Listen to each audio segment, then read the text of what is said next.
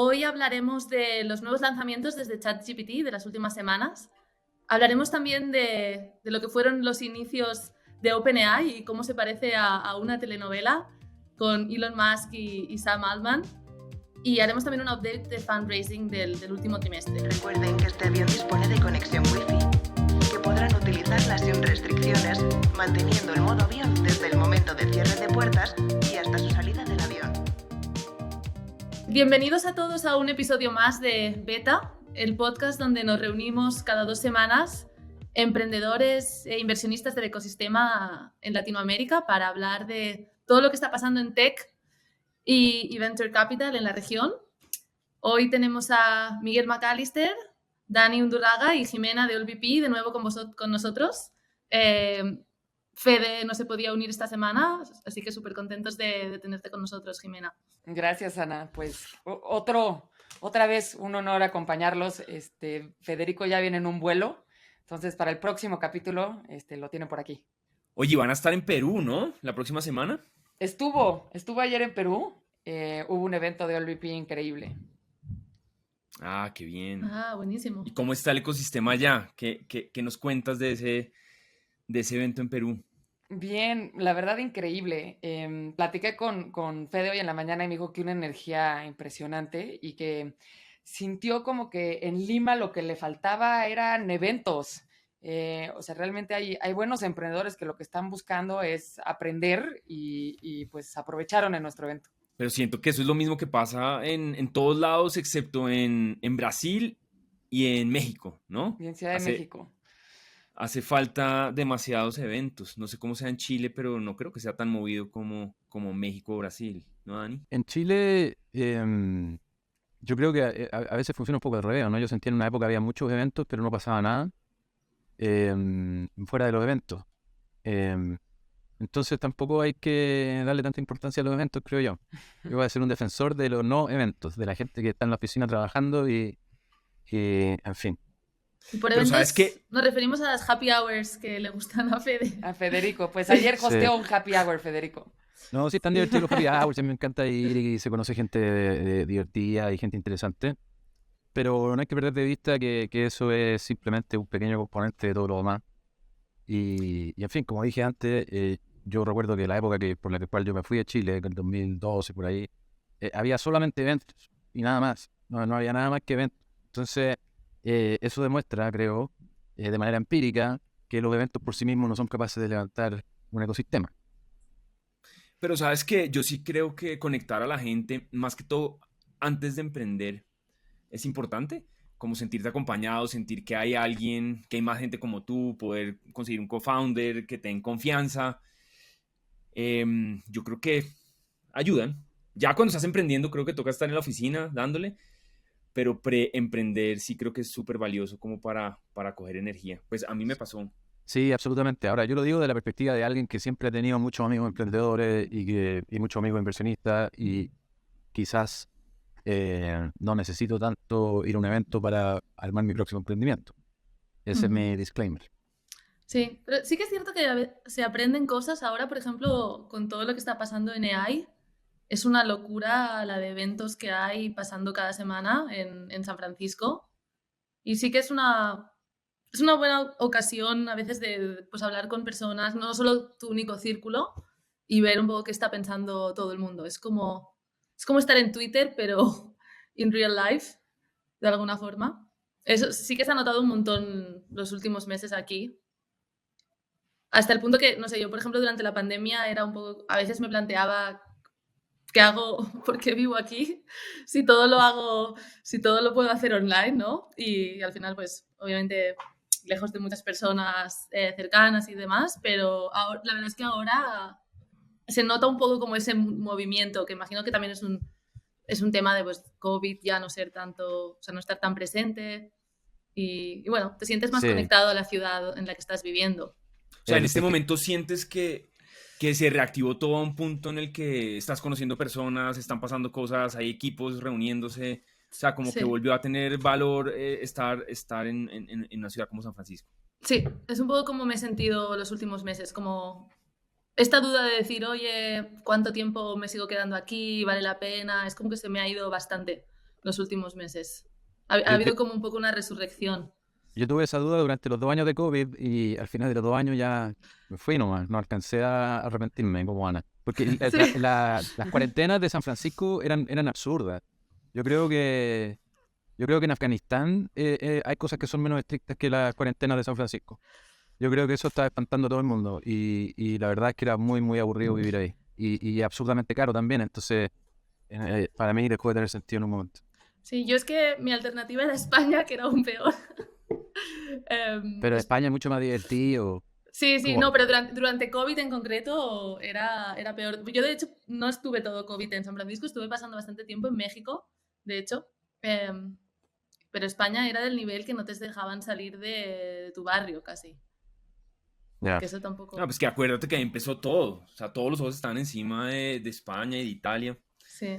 Y para México fue el gran catalizador, ¿no? El que tuviéramos tan pocas restricciones hizo que hoy la Ciudad de México sea el nuevo Williamsburg Total. y se hayan duplicado el número de americanos que están pidiendo la residencia y vemos una gentrificación y vemos unos restaurantes saturados en donde tenemos que reservar con 3 meses de anticipación, como pasa en Bay Area, ¿no? Que por un lado yo creo que es increíble porque nos estamos volviendo en este hub, y por otro lado, pues tendrá un impacto social para la gente que vive acá en la ciudad.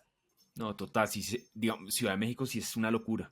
¿Sabes dónde se ve en Colombia eso? En Medellín, que es una Mm. ciudad más pequeña, con un gran clima y a la gente le fascina.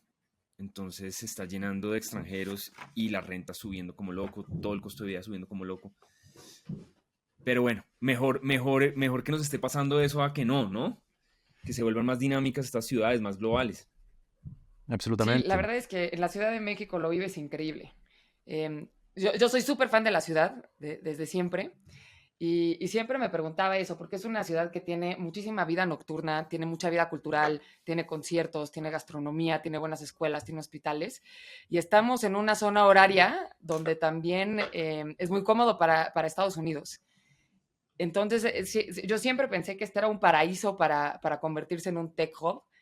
Lo que nos faltaba hace una década era talento y hoy vemos que ya también tenemos talento. Entonces, para mí es increíble ver lo que pasa en mi ciudad. Está todo Total. Qué pasando en Ciudad de bueno. México. Pues Sí, en vivo, un beta podcast en la Ciudad de México. Conseguimos ahí un lugar con un skyline increíble. En el Palacio de los Deportes, un lugar así. Palacio de los Deportes o en el Castillo de Chapultepec. Algo También. emocionante. Pero en el Castillo de Chapultepec no hay espacio para el público. Tiene que ser como un Sí. concierto, así como un concierto de rock. En el Foro Sol. Claro, Foro Sol, Nacional Reservaremos un Deportes. espacio para Dani y su banda. Y el próximo año lo hacemos en el Estadio Azteca. 100,000 Total. personas. 100.000. Entonces, esa es la meta. Bueno, pues pensando un poco qué ha pasado las últimas semanas, algo que ha generado bastante revuelo ha sido, bueno, estamos en este tema de ChatGPT, obviamente, ha sido el lanzamiento de los plugins de ChatGPT. No sé si habéis tenido ocasión de jugar un poco con esto, pero básicamente para mí ha sido bastante revelador en el sentido de que por primera vez estamos pasando de ver lo que era, o sea, ChatGPT está pasando de ser simplemente una herramienta o una API a convertirse en un ecosistema en sí mismo gracias a estos plugins. Entonces creo que está, bueno, o sea, las posibilidades que esto ha abierto son brutales. Tenía curiosidad de qué pensabais y qué os había parecido. Sí, es bien fascinante porque esto convierte a ChatGPT en una plataforma Exacto. y extensible y eso permite que básicamente la imaginación de la gente sea lo que pone los límites ahí. Y seguramente vamos a empezar a ver plugins muy, muy sofisticados que van a poder interactuar entre ellos y eso hace que básicamente ChatGPT se convierte como un hub donde yo puedo desde reservar un viaje, yo le puedo decir a ChatGPT, oye, quiero ir desde viaje a Barcelona el fin de semana, quiero ir en clase turista, quiero quedarme cerca de la Plaza Cataluña y quiero que me reserves en toda la buen restaurante en la noche y eventualmente eso va a poder ser realidad en un futuro muy, muy cercano. Entonces uno se tiene que preguntar qué pasa con las agencias de viaje, qué pasa con todas estas industrias que tienen humanos haciendo ese tipo de cosas. Y siendo que ChatGPT puede probar muchas más combinaciones en mucho menos tiempo y hacer cosas mucho más sofisticadas. O uno eventualmente podría decirle también, cómprame entradas para ver al Barça el sábado en la noche, etcétera. Y todas esas cosas seguramente se van a poder hacer muy pronto. Entonces, eso es realmente revolucionario, porque esto deja de ser una tecnología para nerds y para ingenieros de software o gente que le gusta programar en Python, ¿cierto? Y para volverse o muy cerca de ser un producto de consumo masivo que puede usar cualquier persona en su casa para resolver problemas muy, muy, muy reales. Y eso creo que es lo potente, porque hasta ahora ChatGPT era como un poco un experimento de computer science que causaba mucho revuelo en los círculos de emprendimiento, tecnología e innovación, pero quizás no tanto en la gente común y corriente, ¿cierto? Que son los que finalmente mueven la aguja con los productos. No sé si les ha pasado, pero alrededor mío muchísima gente está empezando a usar ChatGPT como, digamos, como Google para buscar, para aprender, para ayudarse a hacer su trabajo. Pero creo que hace unos meses estábamos como experimentando como los que siempre nos hemos movido en ese mundo, pero en este momento lo que veo es que está empezando a penetrar, digamos, hacia demasiado rápido, hacia gente que yo pensaría que nunca hubiera usado eso, digamos, en el futuro cercano. Y entonces lo que dice Sana es súper interesante porque si tú ya tienes a una masa enorme, que de hecho no sabemos cuántos son, porque creo que OpenAI ya no dejó, o sea, dejó de decir cuánta gente está usando el servicio. El último dato que teníamos era 100 millones de personas.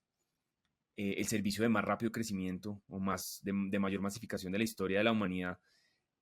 Pero lo interesante es que si ya este número sigue aumentando y lo está usando gente común y corriente, entonces obviamente hay un incentivo gigantesco para un montón de compañías de hacer muchísimas más cosas sobre esta plataforma para permitirle a la gente, pues obviamente, pues hacer más, ¿no? Y obviamente como en todo, acuérdate de este término de growth hacking que obviamente como todo en la vida se vuelve de moda después de 7 años, pero el growth hacking es simplemente montarse en una tendencia mientras que están haciendo esa tendencia. Entonces, seguramente muchas de esas aplicaciones que se pueden montar sobre ChatGPT gracias a los plugins, si uno lanza algo ahorita, es muy probable que tenga 1 millón de usuarios en un par de meses. Algo que no se hubiera podido de ninguna otra forma en los últimos 2 años. Y de hecho ahorita creo que vamos a hablar de ese tema, del tema de AutoGPT, pero estaba viendo antes de conectarme aquí y creo que la cantidad solamente de reviews que hay del proyecto en una semana o 2 semanas es absurda. O sea, es absurda. Es un proyecto de open source chiquito sobre estas nuevas funcionalidades que explotó totalmente. Y eso es, digamos, que lo que para mí es el growth hacking, y seguramente gracias a eso y al crecimiento de esto tan acelerado, vamos a ver un montón de compañías y de proyectos crecer a unas velocidades impresionantes. Yo les traigo un ejemplo práctico y ya aterrizado de cómo están utilizando este ChatGPT. Y es en Slang, que Slang es esta plataforma colombiana de EdTech que enseña inglés, pero inglés específico para segmentos industriales. Entonces, para aeronáutica, para medicina, etcétera. Y en las EdTechs, una de las restricciones más grandes que tienen es la generación de contenido, porque es caro, es lento, normalmente tienes una persona atrás. Y desde que conectaron ChatGPT y cambiaron de un modelo natural NLM a un LLM, pudieron hacer 5x veces más bien 5x más rápido la generación de contenido. Y lo que me contaba Camran, el product manager, es que en julio lo van a poder hacer 30 veces más rápido y para principios del siguiente año piensan que lo van a poder hacer 200 veces más rápido. Entonces esto no solo es increíble porque revoluciona cómo Slang va a poder enseñar inglés, sino que también les permite a ellos dar esta experiencia de aprendizaje mucho más sofisticada y única para cada persona, y como la persona va aprendiendo más rápido y con lo que necesita y adecuada exactamente a sus necesidades y a su personalidad y a su ritmo, ¿no? Entonces, realmente revoluciona este tipo de compañías. Y lo que es interesante es que y ustedes lo han platicado mucho, es que entonces no se vuelve simplemente, ya uso AI, sino el tener estas plataformas que puedan incorporar estos modelos y poder optimizarlos y sacarlos en algo tangible y en algo que se convierta en mayor adopción y un mejor uso, ¿no? Sí, no, súper cool, súper cool. Y para cerrar este tema de los plugins, para mí, aparte de... O sea, la principal cosa sorprendente es lo que comentaba Dani, de que esto se ha convertido en una plataforma y se está moviendo a esa dirección. Pero luego hay dos cosas más que me parecen interesantes, que es que este ecosistema de plugins ayuda a resolver algunas de las limitaciones que ChatGPT tenía. La primera de ellas es que al final estos modelos viven del training data que existe y ese data normalmente es estática, ¿no? Entonces recordemos que ChatGPT, si tú le preguntas, hoy lo he probado, por ejemplo, y le he pasado un artículo y me ha contestado diciendo, no, yo no puedo leer como artículos fuera de mi ecosistema, ¿no? Ellos, o sea, ChatGPT tiene como su training data y no puede salir afuera a buscar data. Y en este sentido, los plugins como cubren esta limitación porque ChatGPT puede interactuar con ellos y conseguir esa data en real time, entonces hacerse mucho mejor de forma más rápida. Esto me parece increíble. La segunda cosa es que ChatGPT hasta ahora lo único que era capaz de generar era texto, ¿no? Respuestas, pero al añadirle estos plugins va a ser capaz de ejecutar acciones, ¿no? Cuando le pones el plugin de Instacart, pues de alguna forma puedes decir que ChatGPT te está haciendo la compra en Instagram, en Instacart. Entonces es un poco como que le da poderes de acción que hasta ahora no había tenido. Entonces esto me parece como un cambio de paradigma brutal y no sé cómo va a avanzar. Total, total. De hecho en el último capítulo, creo que ese mismo día habían lanzado los plugins y hablamos un poco de ese tema, que básicamente le da superpoderes a ChatGPT puedo conectarme a internet, que antes no lo podía hacer, ¿cierto? Y puedo además generar acciones adicionales sobre servicios adicionales. Em, Ahora, esos plugins, pues yo no sé si es un buen nombre, ¿no? Eh, Porque básicamente o sea, lo que quiere decir un plugin es una compañía puede conectarse y usar, digamos que las capacidades que tiene ChatGPT para, digamos que, generar acciones controladas sobre servicios que esa compañía controla, ¿no? Entonces es como conectar el poder de ChatGPT con mi compañía y ver qué puedo habilitar gracias a esa conexión. Obviamente, pues el nombre plugin suena raro, pero básicamente es como, yo creo que la mejor forma de verlo es como si ChatGPT fuera un iPhone y uno le puede poner aplicaciones encima. Entonces uno usa todas las capacidades del teléfono, pero uno le puede ordenar hacer demasiadas más cosas y uno controlar la lógica. Eh, Eso es un poco lo que está pasando. Entonces creo que esto lo que hace es convertir efectivamente a ChatGPT en una plataforma. Sí, absolutamente. El modelo mental ese el teléfono y las apps creo que hace mucho sentido. Al final los plugins son aplicaciones, ¿cierto? Es como tener la aplicación de Expedia o de Instacart o de Uber o de lo que sea dentro de ChatGPT para poder hacer las cosas que uno necesite.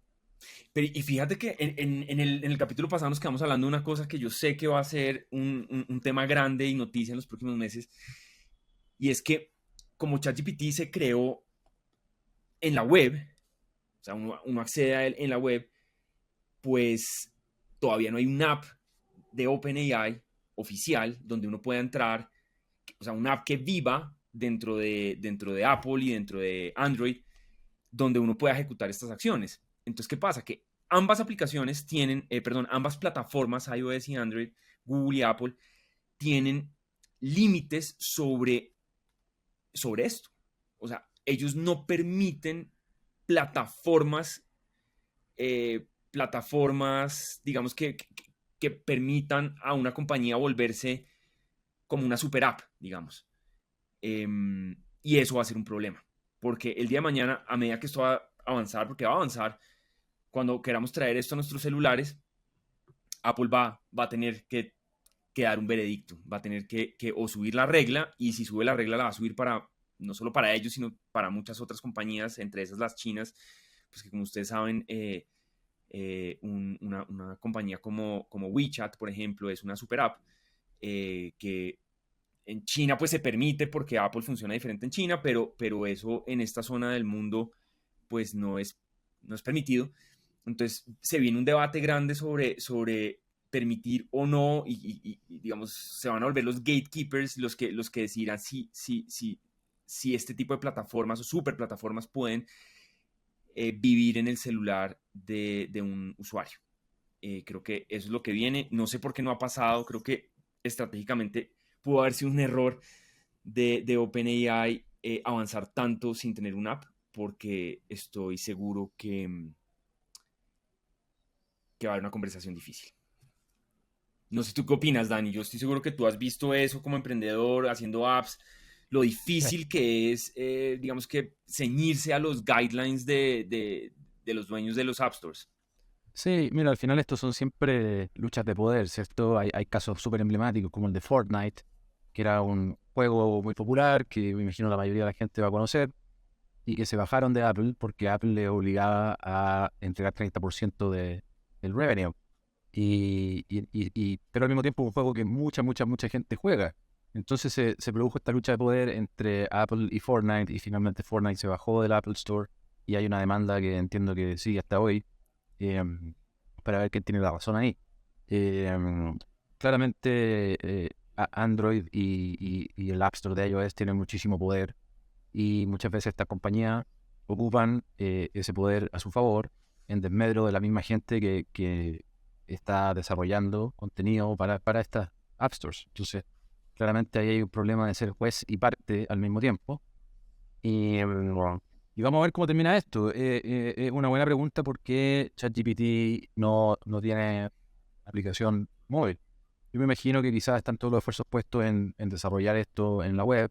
Es una interfaz basada en texto, por lo cual tipear en el celular generalmente no es tan cómodo. Uno quiere poder copiar y pegar y ocupar un teclado, ¿cierto?, donde uno puede escribir rápido. Quizás tiene que ver con temas de usabilidad, quizás tiene que ver con temas políticos, como especulas tú. Quizás es una mezcla de todo, o quizás son otras razones. La verdad yo no tengo claro. O quizá es Y suerte, ¿no? Simplemente llevan experimentando años, ¿no? OpenAI es una compañía que tiene muchos años, creo que 7 años o algo así. sí, Habían hecho otras cosas, de hecho, pues, sí. ChatGPT está sobre GPT 3.5, pero me acuerdo en la pandemia, en el 2019, se empezó a hablar de GPT-2, y es cuando empezó como toda la conversación sobre lo que se podía llegar a hacer, pero nunca tomó tracción, nunca agarró tracción. En cambio, de pronto, ChatGPT, o sea, sale GPT-3, sacan ya ChatGPT y toma una tracción impresionante. Entonces, no sé, puede que la respuesta también fue suerte, no Sí. se lo Yo, esperaban, estaban probando y se volvió un yo, yo, éxito total. yo creo que eso es la razón, que al final ellos querían lanzar un producto para geeks, para gente como nosotros, que le gusta la tecnología y para que lo probaran, y de repente tiene 100 millones de usuarios. Yo creo que eso no se lo esperaban ellos, y creo que no se lo esperaba nadie, la verdad, y que probablemente la razón sea esa. Eh, y vamos a ver qué sucede en el futuro, como dices tú, con los gatekeepers, como son el Google Play Store en Android y el App Store en iOS. ¿Qué piensas tú, Jimena? Sí, lo que es impresionante es, y regresamos a lo que decía Miguel, la adopción que ha tenido y que nadie se lo esperaba, y que por eso varias veces el sistema falló. Pero creo que también ha habido como dos grandes hitos, ¿no? Uno, pasar de OpenAI, donde es abierto, a que ya es un OpenAI, donde hay un servicio que es un producto que también es monetizado, ¿no? Ahí me gustaría conocer también su opinión. Sobre ¿Qué que, cambia sobre que entre OpenAI un... partió como una fundación y hoy es una empresa privada. Pues más que una empresa privada, que ya es un producto donde pagas por obtener un servicio, y entonces, ¿qué es lo que cambia cuando simplemente era una fundación que abría una tecnología, a que ya de repente te conviertes más bien en un usuario donde tienes una cifra y un revenue? Sí, hay bastante chisme, ¿no? En los inicios de OpenAI y todo lo que pasó con Elon Musk y demás. Creo que, Miguel, mandaste tú un artículo que era muy bueno que hablaba sobre todo esto. Dices como la historia de cómo llegó a pasar esto. El Sí, artículo es increíble. De hecho, podemos poner el link al artículo porque cuenta la historia de, de OpenAI, de esta compañía, desde sus inicios. Obviamente esta compañía era una fundación, era como una organización para empezar a investigar sobre temas de AI. De hecho, uno de los fundadores es Elon Musk. Y uno de los donantes también, porque Elon Musk donó dinero y después como dice, 100 bueno, ya, millones, creo. Sí, entre la cúpula alta, digamos, de Silicon Valley, varios de esos, incluidos Elon Musk y Reid Hoffman, por ejemplo, creo que levantaron algo así como, voy a decir una locura, pero es algo así como $1 billón para investigación. Y lo que empieza a pasar es que, obviamente, esto no era un negocio, empiezan a investigar, empiezan a desarrollar cosas y de pronto hay como un breakthrough, ¿no? Que es estas cosas de las que hemos hablado también en el podcast, que es lo que se llaman los tensores, digamos, esto es un equipo en Google de investigación que desarrolla una tecnología que permite, digamos, unos avances muy importantes en temas de inteligencia artificial. Eh, Cuando esto pasa, deciden cambiar un poquito la estrategia en OpenAI porque como que no estaban avanzando mucho, pero en ese mismo momento Elon Musk pues tenía que avanzar en su tema de que los carros autónomos pues puedan ser autónomos, ¿no? Entonces empezaron como a construir AI para que los carros pudieran manejarse solos y empezaron a ver como un tema digamos, de robo de talento entre Tesla y OpenAI y un poco de fricción entre ambas compañías. Esto era un momento donde uno, pues Tesla parecía que iba a ser un fracaso y OpenAI, pues digamos que vivía de donaciones y no habían tenido tantos avances. En ese momento, Elon Musk decide, por temas de conflictos de interés, dejar de aportar, digamos, a la causa y básicamente salirse de la junta directiva de OpenAI y dice que se va a enfocar pues en desarrollar sus temas de AI en Tesla. Entonces ahí se separan los caminos, pero lo que pasa es que OpenAI necesita demasiada plata para poder entrenar los modelos. Entonces imagínense lo que cuesta. O sea, si uno tiene un computador hoy con, no sé, un tera de capacidad de almacenamiento y eso permite almacenar, no sé, digamos, 1000 horas de video, pues en Internet deben haber trillones de horas de video, más trillones de páginas, más trillones de imágenes. Entonces, el costo de almacenar esa información, ¿cierto? Digamos que ir, obtenerla, o sea, capacidad de procesamiento, ancho de banda, obtener la información, guardarla y luego analizarla, o sea, toda esa capacidad computacional vale cientos de millones de dólares. De hecho, en este momento, hace 3 días, salió una noticia que Elon Musk se compró $250 millones solamente en capacidad de procesamiento para entrenar un nuevo modelo de AI. Entonces, obviamente para una empresa nueva, una compañía nueva que estaba tratando de hacer investigación en eso, pues son cifras demasiado altas. Y simplemente pues parten caminos, OpenAI decide volverse una compañía for profit, o sea, deja de ser una fundación, porque es la única forma en la que encuentra que puede levantar capital, ¿cierto? Porque era imposible ir a decirle a alguien, dóname, dóname, dóname, dóname, dóname. Era más fácil decirle, oiga, le vendo un pedazo de participación de esta compañía, si funciona, pues usted va a hacer mucha plata. Y eso fue precisamente lo que pasó después de un tiempo y digamos, de este breakthrough de los tensores. Microsoft empieza a ver avances y invierte $1 billón en OpenAI. Esa es un poquito la historia. Obviamente ya sabemos lo que pasó. 3, 4 años después, pues OpenAI es la empresa más interesante que ha pasado en los últimos años. Y tenemos una guerra de titanes donde tenemos a Elon Musk tratando de decirle a la gente que paren el desarrollo de AI por un tiempo hasta que sepamos qué tan grave puede ser. Tenemos todo el tema de regulación que está pasando en este momento en varios países. y tenemos adicionalmente una guerra de egos gigantesca, porque pues digamos que Elon Musk pues obviamente no es la persona con menos ego que hay, de hecho puede ser de las que más ego tiene, y pues por un simplemente, yo no diría que error, un tema de destino, se perdió de una de las oportunidades más grandes de la historia. Y por eso lo vemos hoy en día un poco movido en el tema y tratando de hacer distintas tácticas para poder hacer catch up y tratar de montarse en la ola de la inteligencia artificial. Sí. Y creo que estaba leyendo el artículo y creo que Elon en un cierto momento, justo antes de decidir cómo cortar un poco vínculos con OpenAI, propuso, o sea, él quería estar al mando de OpenAI y fue una propuesta que se hizo y demás y Sam la rechazó y entonces a partir de ahí pues él decidió continuar su camino y un poco de los problemas de funding que tuvieron es que Elon Musk se había comprometido a donar 1 billón. Cuando esto había pasado había donado 100, o sea, quedaba bastante parte del compromiso por satisfacerse y no siguió donando esa plata cuando eso ocurrió.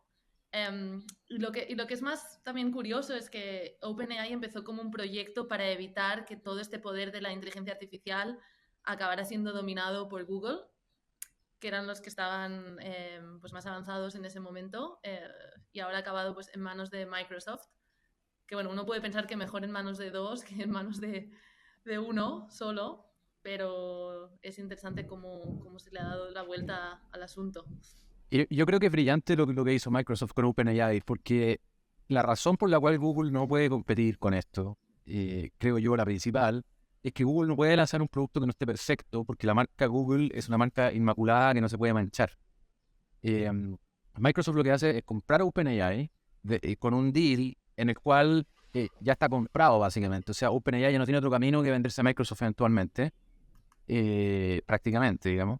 Y al mismo tiempo Microsoft tiene todos los beneficios de poner eso en Bing, y etcétera, usar esa tecnología, pero al mismo tiempo tener ese brazo de distancia, ¿cierto? Para poder decir, mira, cuando esto entrega resultados racistas o sexistas o lo que sea, es porque esta es una startup, está recién partiendo, esto no somos nosotros, son ellos, y los problemas que haya con copyright o cuáles son los datasets con los cuales se entrenó eso que nadie sabe. Mira, nosotros esto no es Microsoft, esto es OpenAI. Entonces, de alguna manera, Microsoft estructuró un negocio en el cual tiene todos los beneficios y no tiene ningún problema.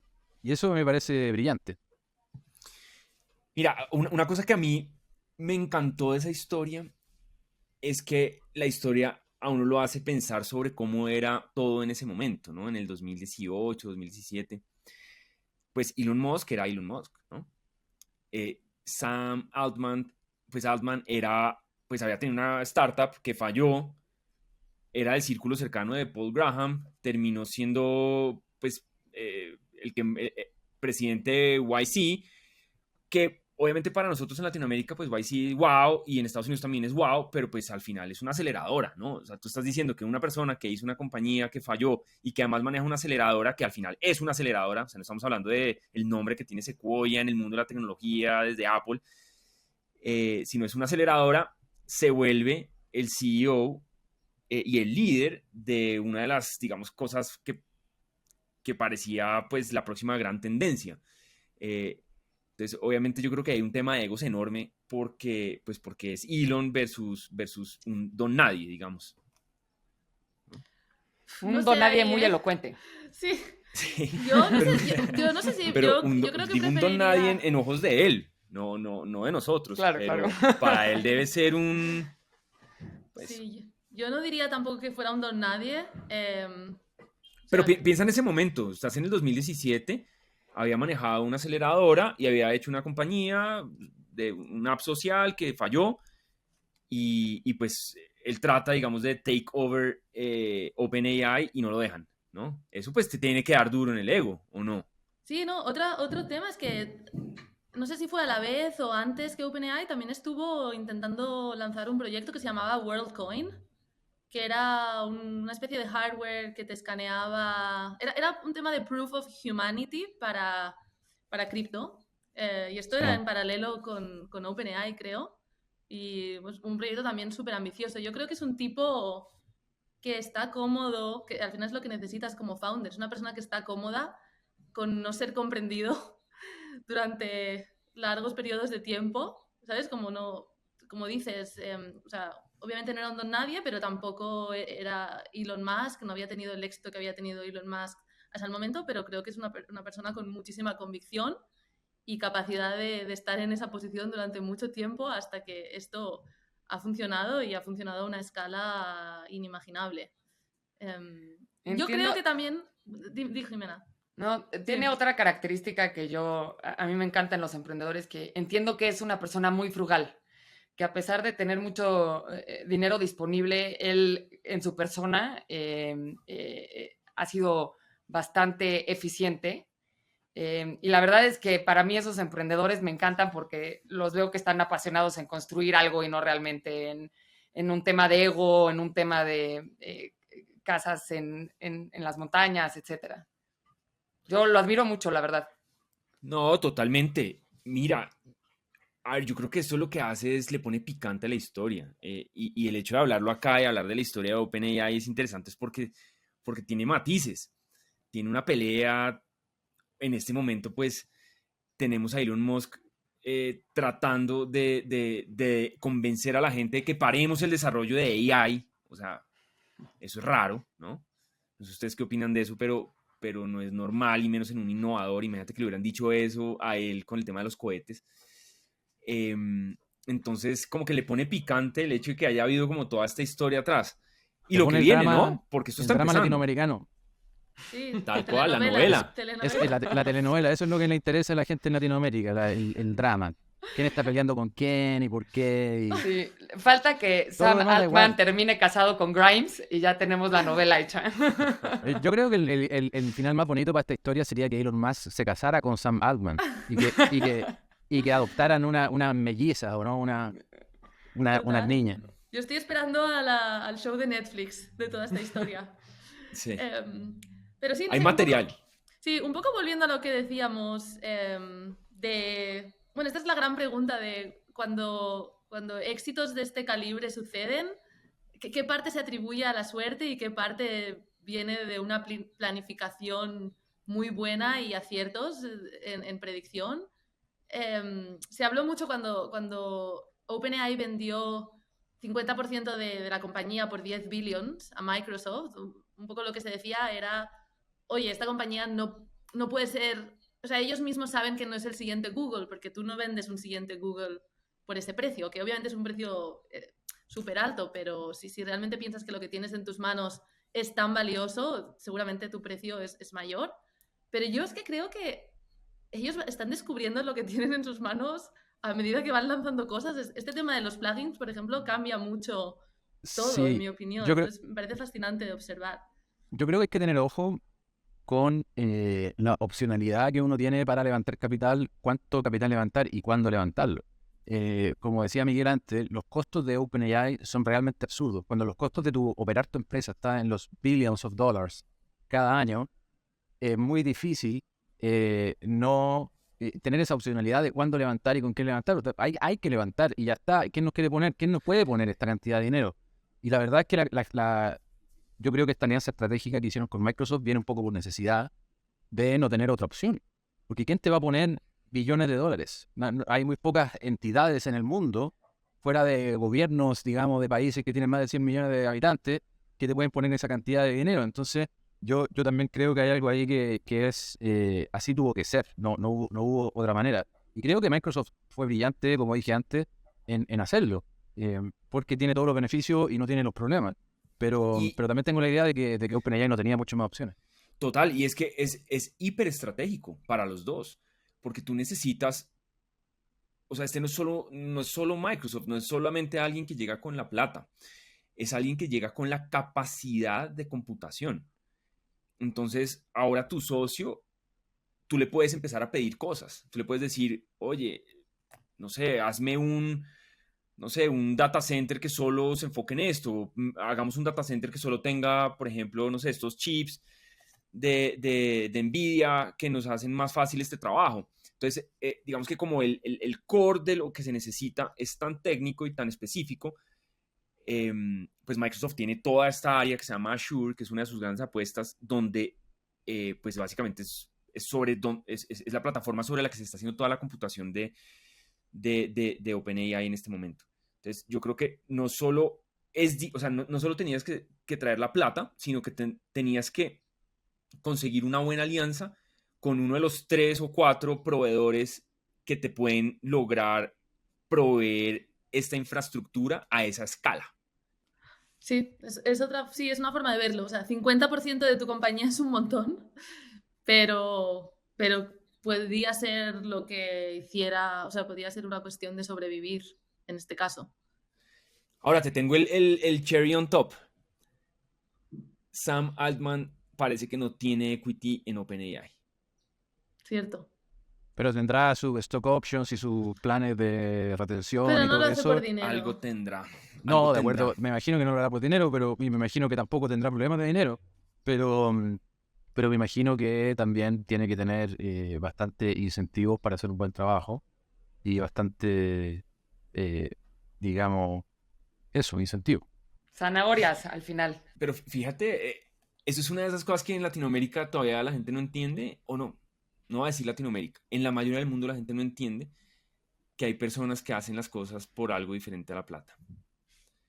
Y este es un gran ejemplo, porque yo sí creo que esta es la próxima gran plataforma, yo sí creo que esto vino a cambiarlo todo, y el líder y quien ha estado a la cabeza de todo esto no tiene equity. Sí, yo me imagino que él tiene que tener una cantidad de dinero absurda como para no tener que pensar en cómo va a pagar la renta de su casa o cómo va a pagar el Uber Eats para alimentarse, pero de acuerdo que él lo está haciendo 100% porque cree que está generando un cambio cultural y un cambio social muy profundo y no por una recompensa monetaria. En algún lugar leí que de verdad él es muy, muy humilde con su persona. No dudo que tenga una enorme cantidad de dinero y su economía resuelta, pero entiendo que él es una persona muy, muy sencilla en su forma de vivir. Y me quedé con esa impresión. Sin embargo, también, o sea, mañana lanza un podcast y se vuelve rico también, ¿no? Mañana anuncia Coca-Cola y se vuelve rico de nuevo. Yo creo que más bien lo hace por darle al mundo algo tan increíble como lo que está haciendo. Y yo creo que ChatGPT, en tan poco tiempo que lleva live, nos ha cambiado la vida. Mi mamá utiliza ChatGPT, o sea, es increíble. También yo creo que no fue muy planeado, ¿no? Yo creo que esto fue pasando y fue pasando y fue pasando, golpe de suerte tremendo, 100 millones de usuarios, ¿qué pasó? Necesitamos 10 billones de dólares y mierda, no teníamos resuelto el tema del equity y todo esto, venimos de ser un non-profit, ahora somos for-profit, bueno, ya está, después solucionamos temas de equity, por ahora avancemos. Claro, o sea, si ya empezó con una non-profit, está claro que su objetivo no era hacer plata con esto, o sea, no lo ha sido desde el principio. Pero es interesante pensar, no sé, desde el punto de vista de Microsoft, cómo incentivas a una persona que no tiene ese incentivo, ¿no? Porque normalmente, pues estos temas de equity y demás sirven para alinear a todas las partes, incentivarlas, pero a una persona que no tiene equity y lo está haciendo por amor al arte, es un juego distinto. Pero para él es genial, porque es una libertad increíble de hacer las cosas a su manera, entiendo. Pero sí, es muy inusual. Y Sí, ahora hay miles de personas en el mundo haciendo non-profits que son increíbles, igual de increíbles que Sam, ¿no? O sea, solo para no desdimensionar, hay muchísima gente realmente que su único incentivo es hacer de este mundo un mundo mejor y es increíble. total, total. ¿Y qué piensan de...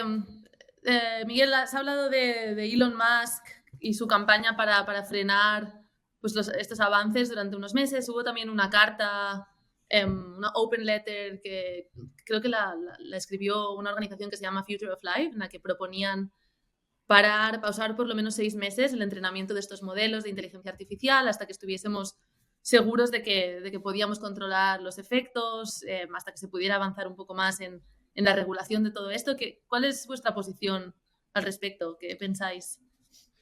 Pues acuérdate que hemos hablado que obviamente esto es tan revolucionario que prende muchas alarmas, ¿no? Entonces ya vimos, por ejemplo, la alarma del gobierno de Italia, donde prohibieron ChatGPT. De hecho, hoy no hay acceso a ChatGPT desde Italia por temas supuestamente de privacidad. Tenemos también el tema pendiente de los derechos de autor, que pues cada país seguramente tratará de hacer las cosas a su manera y obviamente es una conversación pendiente.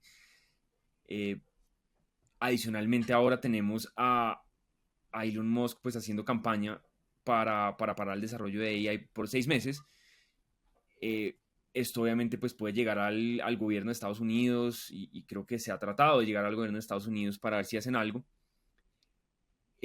Pero esto viene, digamos, muy impulsado otra vez, por Elon, que pues ustedes se fijan, yo creo que en diciembre tomó la primera decisión de ser ofensivo contra OpenAI y fue quitándole el acceso de la información de Twitter al algoritmo. Entonces, básicamente, OpenAI no tiene acceso a la data que hay en Twitter. Antes ellos tenían un acuerdo donde OpenAI podía acceder a esa información y Elon le quitó el acceso en diciembre, si no estoy mal. Entonces, digamos que otra vez creo que tenemos copyrights, privacidad, gobiernos locales, digamos, de todos lados tomando decisiones diferentes frente a esto y adicionalmente la campaña negativa pues, de una de las personas más influyentes del mundo. Sí, pero ojo, Miguel, que cuando OpenAI firmó ese acuerdo con Twitter, era una fundación sin fines de lucro y ahora es una empresa for profit. Claro, pero entonces todo el mundo que ve que si Elon lo hizo, entonces pues esto puede empezar a repercutir en un montón de otras plataformas que le quitan acceso. Absolutamente. Pero totalmente de acuerdo, es que es muy distinto, oye, estamos haciendo esto para todos, es un non-profit y la otra es, estamos en una de las compañías más grandes del planeta, que además el dueño es Microsoft, toma mi data, haz lo que quieras. Bueno, para responder la pregunta de Ana, a mí me parece un poco absurdo que gente que está en la industria de innovación esté intentando parar las innovaciones que hace otra gente. Me parece absurdo primero porque no hay manera de pararlo. ¿Cómo se para eso? ¿Quién va a ser? ¿Quién se va a preocupar de revisar que cada una de estas instituciones dejó de entrenar sus modelos? Eso no se puede hacer. Y adivinaría sin ser abogado que es anticonstitucional hacer eso. Entonces, eso creo que es lo primero. ¿Quién se preocupa y cómo lo paran? Y lo segundo es también entender que todos los avances tecnológicos siempre han producido mucho miedo. Cuando se inventó la calculadora, los profesores de matemática también salieron a protestar la invención de la calculadora. Y en fin, siempre va a haber grupos de gente que se siente amenazada por nuevas tecnologías, por nuevas maneras de hacer las cosas. Y eso no significa que haya que detener el progreso, porque al final el progreso de la humanidad beneficia a todos los seres humanos. Y en fin, ese es un poco el propósito de la innovación y de la tecnología. Ahora, que esto se pueda escapar de las manos y volverse una inteligencia artificial diabólica que nos va a controlar a todos y nos va a enchufar una máquina para chuparnos la sangre y no sé, eso yo lo veo bastante lejano y no creo que suceda en el corto plazo. Entonces me parece que todo esto es un poco exagerado y al mismo tiempo me parece que a lo mejor hay otro tipo de motivaciones escondidas que uno no sabe. Que habría que leerse bien quiénes son los que están firmando eso y por qué lo están firmando, pero a lo mejor gente que, como dijimos antes, tiene drama de cualquier tipo con la gente de OpenAI, o a lo mejor son temas más políticos o temas de otro tipo. No voy a especular mucho qué podrían ser, pero al final me parece absurdo detener el progreso tecnológico. Es un plan de Elon para que todo el mundo pare y él puede seguir avanzando en secreto. Pero di Ximena. Sumando a lo que dice Dani, además de absurdo y completamente arbitrario, qué pasaría en 6 meses, quién va a hacer esta regulación, etcétera, es sumamente costoso el frenar esta inversión y este desarrollo y este research durante un periodo de tiempo. No, eso no va a pasar porque ya hay mucha gente muy, muy entusiasmada con esto. Es imposible pararlo. Hay muchísimos proyectos de investigación, muchísimas startups, muchísima gente que ya vio lo que se puede hacer, ya la tecnología está ahí, esto ya no lo para nadie. Y el problema es que esto sí va a generar mucho drama, porque vamos a estar viendo una tecnología crecer y crecer y crecer y avanzar y avanzar y avanzar, mientras que en este momento estamos hablando de un tema totalmente diferente al que hablamos hace 3 meses cuando empezamos a hablar de temas de, oigan, el problema de ChatGPT va a ser el tema de derechos de autor. Ya vamos 3 problemas más adelante. Entonces, en 6 meses, un año, van a haber 12 problemas. Entonces, y vamos a estar solucionando de pronto el primero que empezó por allá, empezando a solucionarlo. Entonces, de aquí a que empecemos a ver soluciones y repercusiones de todo esto, pues va a ser seguramente en meses o años, cuando ya digamos que no haga ningún sentido. A mí lo que me preocupa es que si a las instituciones y a los gobiernos en general ya les costó ponerse al día, y de hecho aún no están al día, de las tecnologías como pasadas, ¿no? De Google, Meta, Amazon y todos estos temas, como que muchas veces cuando hay estos hearings y demás, pues te das cuenta que el entendimiento de estas tecnologías por parte de las instituciones es muy limitado. Esta nueva era ya no sé cómo va a ser. O sea, creo que estamos llegando a un punto que se va a tener como que repensar todo esto, ¿no? Como que quizás las instituciones ya no van Sí, a funcionar. absolutamente. Lo que Absolutamente. pasa Las es que el mundo ya instituciones ya tiene no. muchas reglas. El mundo tiene muchas reglas. Está insoportable, ¿no? No, y Todo mira está hiperregulado. quiénes son las personas que están decidiendo todo esto. Si uno mira el Congreso de Estados Unidos o aún, aún más el Senado de Estados Unidos, el promedio de edad es como 87 años. Sí, como que es impresionante. O sea, esta gente que está decidiendo qué hacer y cómo regular todas estas tecnologías, son gente que no sabe usar su iPhone, no sabe prenderlo, no sabe pagarlo, necesita que la secretaria se le mande el mail. Entonces, es realmente absurdo. Entonces, ¿quién va a regular todo esto? Y en 6 ¿Quiénes van a meses decidir? no llegamos a ningún sitio en 6 meses. A Sí, ninguno. y lo otro que pasa es que la gente que entiende bien de estos temas, que le interesa la tecnología, que le interesa la innovación, lo último que quiere hacer en su vida es ser político. Entonces, las instituciones políticas se van alejando cada vez más de las instituciones que generan la tecnología, que generan el progreso, que generan todos estos cambios, que son cambios muy profundos socialmente. O sea, el iPhone cambió profundamente la sociedad y creó industrias nuevas, maneras nuevas de trabajar. La inteligencia artificial va a ser lo mismo. Entonces, ¿quién va a responder a este cambio? ¿Quién va a ser el contrapeso a esto? Quizás está bien que haya un contrapeso, ¿cierto?, de toda esta innovación y toda esta tecnología, pero tiene que ser un contrapeso que entienda lo que está regulando y que entienda las implicancias de las decisiones que se están tomando. Y eso yo creo que no está ocurriendo. O sea, hoy, por ejemplo, han pasado no sé cuánto, 15 años desde el Bitcoin White Paper y todavía todo lo que es cripto y todo lo que es Bitcoin está en un terreno gris, donde se ocupan las legislaciones de hace 100 años y se aplican hoy a esta nueva tecnología. No se sabe bien cómo regularlo. ¿Por qué? Porque es una cosa nueva y se trata de aplicar legislación viejísima a esta cosa nueva. Y es lo mismo que pasa con todas las revoluciones tecnológicas, y al final las regulaciones van quedando en el pasado, van quedando obsoletas, y hay que ver cómo se soluciona esto. Yo creo que podríamos partir por votar por gente que tenga máximo 50 años de edad o algo así. Sí, o que por lo menos hay unas reglas como de nivelación, ¿no? Que haya gente joven. Me parece que quien lo debe de construir, hacer la regulación es la gente que también lo está construyendo, porque en consenso, en diferentes entidades, porque si no pasa lo que menciona Dani, te quedas atrás de tan rápido como está avanzando, o simplemente en una incomprensión. No, En Europa están trabajando, en teoría, en una legislación para AI. Tengo bastante curiosidad. He visto el artículo hoy, bastante curiosidad que saldrá de ahí. Me tocó Artificial sobrevivir en Intelligence Facebook. Act. En Facebook me tocó, justo entré cuando era el deadline del 2018 de GDPR, ajá, y mi área, que era Internationalization, le tocaba ver esa parte. Y ustedes no saben los recursos perdidos en temas obsoletos que se dedicaron a eso. O sea, completamente useless. Pero, en fin, veamos cómo regulan AI.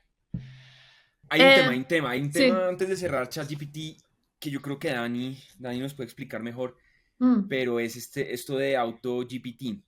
Salió hace una semana o algo así, es un proyecto open source, hace un par de semanas, y ha sido también revolucionario porque es como ChatGPT súper poderoso. Sí, no sé si quieres explicar un poquito, Dani, de qué se trata. A ver, voy a explicar algo muy, muy general porque todavía no he tenido la oportunidad, ya lo instalé en mi laptop, todavía no he tenido la oportunidad de usarlo, entonces no puedo dar una opinión muy profunda. Quizás para el próximo capítulo ya pueda dar una opinión más informada. Pero básicamente lo que hace este AutoGPT y un par de proyectos similares que hay es que son capaces de que uno le proponga un objetivo y de descomponer ese objetivo en tareas más pequeñas y ejecutar cada una de esas tareas más pequeñas por sí mismo, subdividirla en tareas más pequeñas si fuera necesario y generar un output útil para la persona que pidió esa tarea, ¿cierto? Y entre otras cosas, lo que esto permite hacer es buscar en Google, por ejemplo, permite guardar en los resultados de las pequeñas tareas que va haciendo. Por lo tanto, guarda el estado, puede interrumpir la tarea y puede continuar desde donde iba hacia adelante. Puede, en fin, hacer todo lo que hace ChatGPT, obviamente, resumir un texto, entender un texto o ir a muchos links de Google y entregarte un resumen de los resultados más relevantes o cosas por el estilo. Entonces, por ejemplo, algo que podríamos hacer nosotros con AutoGPT es decirle, mira, tenemos un capítulo del podcast hoy, ¿cuáles son los temas más relevantes para tratar? Y aquí tienes 3 links de los 3 sitios más relevantes de noticias de emprendimiento, por ejemplo, en América Latina, y este robot solo buscaría la noticia más relevante, entendería que esta noticia en el sitio A es la misma que la noticia en el sitio B, y te duplicaría y te las ordenaría de más importante a menos importante, y te guardaría ese output en un archivo de texto. Esto se conecta a Internet. De alguna manera tiene ciertas funcionalidades que los plugins de ChatGPT también tienen. Y este es el repositorio más activo en GitHub hoy, en popularidad. Entonces hay mucha gente mirándolo y mejorándolo y está avanzando bastante rápido. Y lo que se dice sobre esto es que lo que más se acerca a AGI, ¿cierto? Artificial General Intelligence, que es la inteligencia artificial general, que es la inteligencia artificial con la cual todos soñamos o nos imaginamos cuando veíamos películas de ciencia ficción cuando éramos niños, ¿cierto? Que es una inteligencia artificial que básicamente se parece mucho a lo que hace un humano, que uno puede conversarle, te entiende tu estado emocional, entiende lo que tú quieres lograr y te ayuda a lograr esos objetivos. En fin, y se dice, ¿cierto? Yo no sé si estoy de acuerdo, con que esto es lo que más se parece a la inteligencia artificial general. Y, y en fin, vamos a ver cómo va a avanzar esto, porque la verdad es que está avanzando también a una velocidad muy rápida. Y seguramente en 2 semanas más, en el próximo capítulo, vamos a tener muchas más noticias, muchos más ejemplos, muchas más funcionalidades y muchas más cosas para poder conversar. ¿Sabes qué?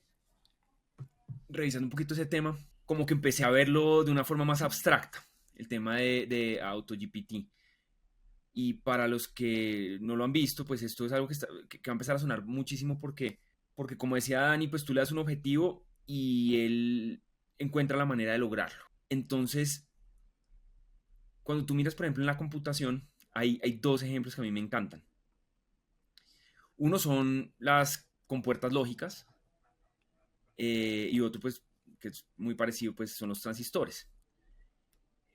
O en el cerebro, por ejemplo, una neurona. Si uno ve ChatGPT como una unidad, ¿cierto? Como una neurona, como un transistor, como una puerta lógica, pues eso no hace mucho.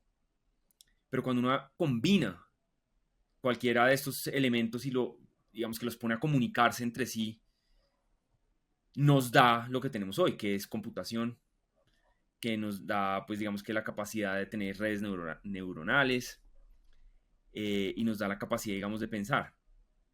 Entonces, para mí, conceptualmente y para los que están oyendo, AutoGPT es como si uno tomara a ChatGPT, lo conectara con otro ChatGPT, con otras cositas, y entre todos empiezan a hablar y se crea como una conversación y esto hace, digamos, que se vuelva muchísimo más poderoso de lo que hemos visto hasta ahora. Porque hasta ahora, pues, un ChatGPT yo tengo que escribirle, preguntarle cosas y tener una conversación. Pero ¿qué pasa si yo tengo a varias de estas instancias teniendo conversaciones entre ellas y sacándome conclusiones una vez las tengan? Eso es un poquito lo que creo que estamos viendo y es como la unión de un montón de cosas que como lo veo conceptualmente es esto, puede ser hiper revolucionario y sí podría ser el inicio de de inteligencia artificial general, que es básicamente algo que piense por sí solo. Aunque eso es bastante polémico de decir, pero está interesante y por lo menos otra novela para seguir en este mundo de tecnología actual, que a pesar de todo lo que, de los malos números, de la mala inversión, de todo eso, pues tenemos algo que promete ser la próxima gran plataforma, creciendo y pues siendo, digamos, un breakthrough tecnológico sin precedente. Y Miguel, ¿quieres hablar un poco de números de funding del último trimestre? Sí, pues no han salido muchos datos del AFCA, ni digamos de fuentes latinoamericanas confiables. Como saben, hemos hablado muchas veces que hay muchas fuentes que hablan de Latinoamérica, pero son números que realmente, pues como que no muestran la realidad cuando uno está aquí sentado, ¿no? Las cifras, digamos, de este tipo de reportes que yo creo que están mal hechos sacan cifras como de 500, 600, 700 millones de dólares mensuales invertidos en Latinoamérica cuando realmente estamos viendo 100, 150 millones de dólares. Entonces, lo que sí me gustaría mostrarles es lo que está pasando en Estados Unidos, porque hay dos datos súper interesantes. El primero es la cantidad de exits o salidas que ha habido Q a Q en los últimos meses. Entonces, si se fijan, esta es una que ha dado vueltas por ahí, es de PitchBook, súper interesante, solo Estados Unidos, pero si se fijan, la cantidad de salidas, que es esta línea naranja, y esta barra azul, pues es el valor, entonces cantidad de salidas, o sea, de exits de compañías, y el valor de las salidas. Si se fijan, desde el Q4 2021, pues la caída ha sido impresionante. O sea, estamos hablando de caídas del 70%, 75%, 80%. Y esto, pues obviamente cuenta un pedazo de la historia, o más bien otro pedazo de la historia. No solamente no está habiendo inversión, sino que adicionalmente las compañías no se están vendiendo ni saliendo a bolsa. Pero buscando por ahí me encontré con una gráfica que me fascinó y es también de PitchBook, que muestra la cantidad de IPOs que están en espera, en backlog, que sería compañías que están casi listas para listarse, pero que están esperando el momento. Y si se fijan, entre 2020 y 2021 más o menos, pues ese número empezó a caer muchísimo, básicamente porque habían muchas compañías saliendo a bolsa, pero desde más o menos mitad de 2021 a hoy, pues ha habido un crecimiento altísimo. Eso lo que quiere decir es que hay, digamos, decenas o cientos de compañías que están en este momento esperando a que se mejore la situación del mercado para salir a bolsa.